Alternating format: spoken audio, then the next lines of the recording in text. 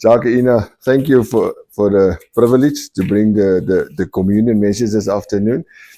When you said earlier, what is the name of your, or what you want to talk on next week, it reminds me of this church who advertised their sermons for the next week.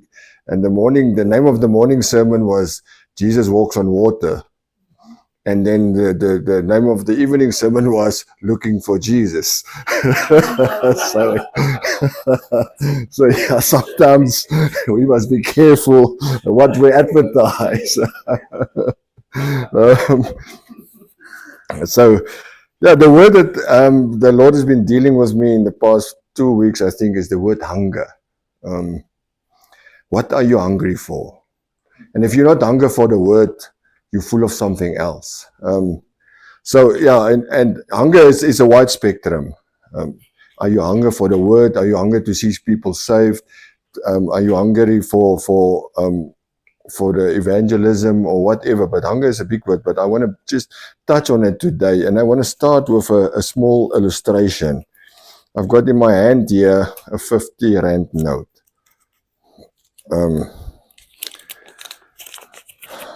And I've Googled a bit, and a note, a 50 Rand note's got an average lifespan of 8 years. 10 Rand and 20 Rand might go down to 5 years and even less. Some of them don't even reach a year.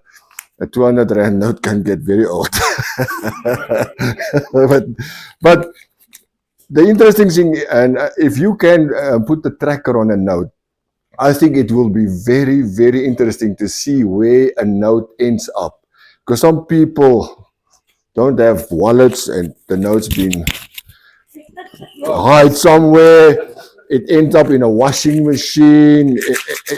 A note goes through a lot of things. I mean, some people pockets, it's full of holes and they might step on it. But you know, the interesting thing is when I go to a supermarket with a note that's 8 years old, that went through all of this, and I buy groceries for 49 Rand, I still receive 1 Rand. The cashier won't tell me, sir, your note, you can only buy for 30 Rand today because of the condition of your note. This note's value never devalued. It never loses value. So for the next one, so the first person who can grab this now out of my hand can have it. Well done, Ina. The point I want to make with that is sometimes we devalue ourselves. And because we devalue ourselves, we don't want to take what God gave us. There's so many things He gave us, and we've heard now from Jacques' message also. God gave us, but when we devalue ourselves, we don't think ourselves worthy to go grab things that God gave to us. So I just want to, with this demonstration now, the thing I want to, from Matthew 5 verses 6, He said, blessed are those who hunger for righteousness, because they will be fed. That's a promise from God. If you're hungry, He will feed you. But it starts with you. But Psalm 81 verses 10 says a very interesting thing also. He said, open your mouth wide so that I can feed you. And that's the Lord speaking there. Open your mouth wide.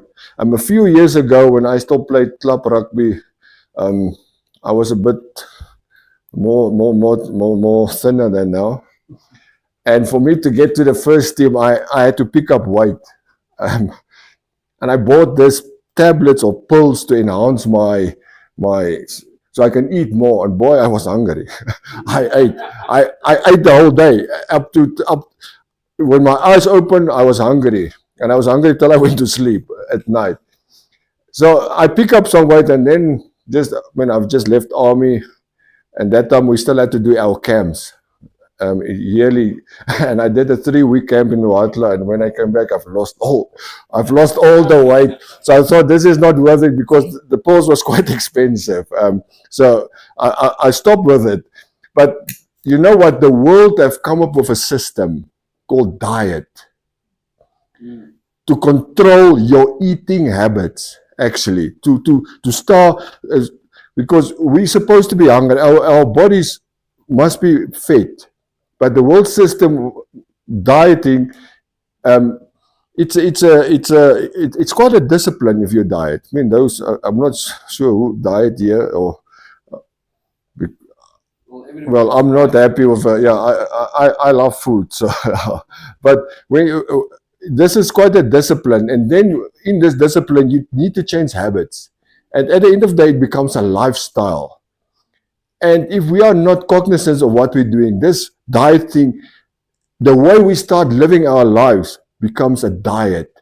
And we put God also on diet. We're just doing a little things. There's no hunger anymore because we're trying to control our hungers with diets. We tell ourselves, okay, I cannot do this and this. But it becomes such a lifestyle that even our lifestyle becomes, I put God on a diet. A snack here and a snack there, 2 minutes here, 5 minutes there. But God wants us to hunger for Him. We need to have a hunger for more, for more of God. So if you look at Revelation 2 and 3, and that is now when they wrote to the first church in Ephesus and the last church in Laodicea. The first church, they're doing a lot of things, but Jesus said, I've got this thing against you. You've lost, or you forgot about your first love. And that can happen from a diet. When we put ourselves on a spiritual diet with God, we start losing our first love. We start looking at something else. We become hunger for something else. And the last church, he said, they become lukewarm. And that is what can happen from a diet. You become lukewarm. And we shouldn't become lukewarm. And for today's message, what I want to do for communion, because communion is when we think back at the works of the cross, what Jesus did, so we bring it into remembrance. But we're also looking forward for who we become, our new identity. And if you don't have a hunger, you will never get fully, because it's a transformation process. And hunger for the word brings you in that. It brings you in the transformation process. Romans 12:2 said, our mind has been renewed. Don't be conformed, but be transformed by the renewal of your mind.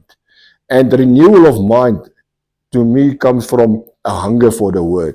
The more you hunger, the more your mind renewal. And the more your mind renew, the more you start transforming. So renewal of mind is direct proportional to transformation.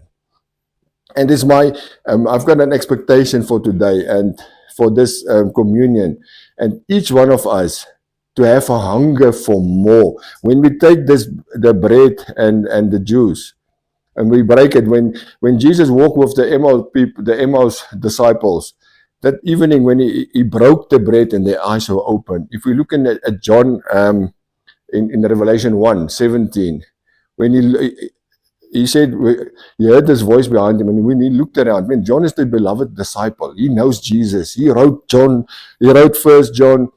He called himself the beloved disciple. He was the one lying on Jesus' chest. And he said, when I look around and I saw Jesus, I fell at his feet like a dead man. And this is for me, for each one of us here.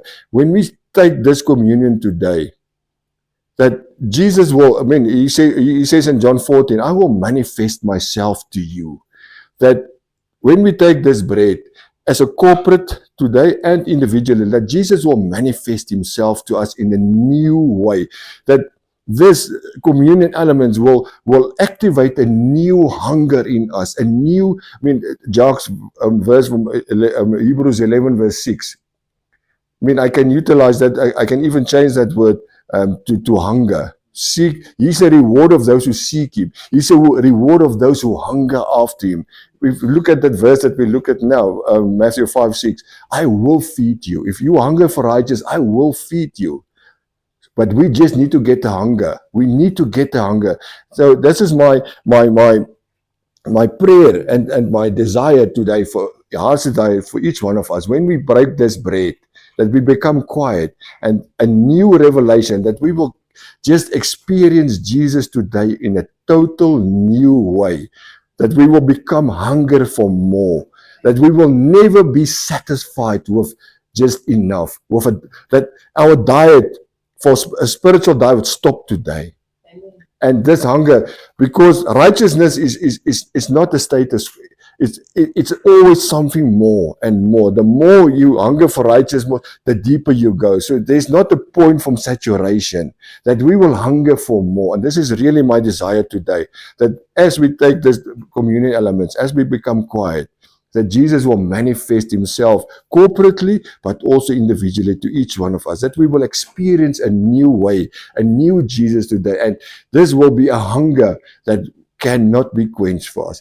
And this hunger of us other people will actually light the fire for other people to become hunger again, especially when we start with this new church now.